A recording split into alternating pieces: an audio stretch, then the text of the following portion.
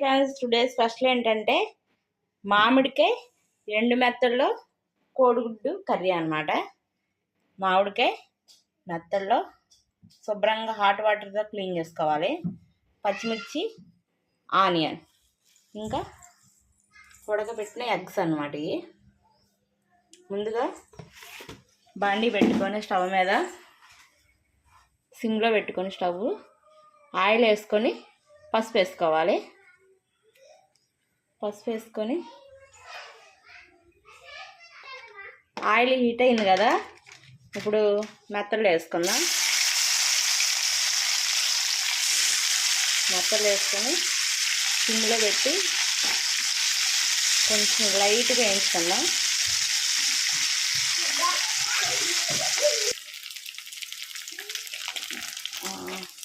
ఎండు మెత్తలు అయితే వేగినాయి కదా, ఇప్పుడు ఆనియన్ను పచ్చిమిర్చి వేసుకుందాం.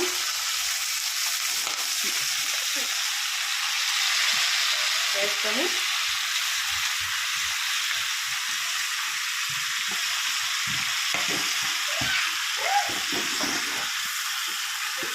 కూరకు సరిపడా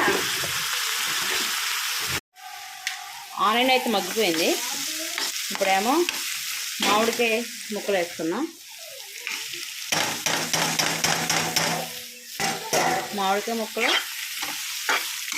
ఒకసారి ఇలా కలుపుకుందాం. మళ్ళీ సిమ్లో పెట్టేద్దాం. సిమ్లో పెట్టేసి ఒక 5 మినిట్స్ వేయించుకుందాం.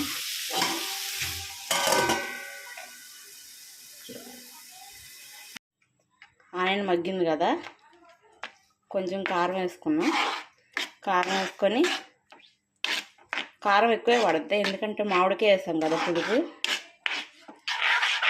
వేసుకుని ఒకసారి కలుపుకొని వాటర్ వేసుకోవాలి.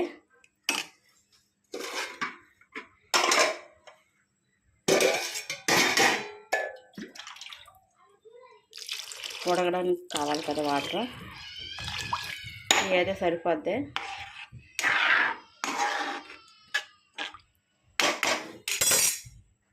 మూత వేసుకుందాం హైలో పెట్టి.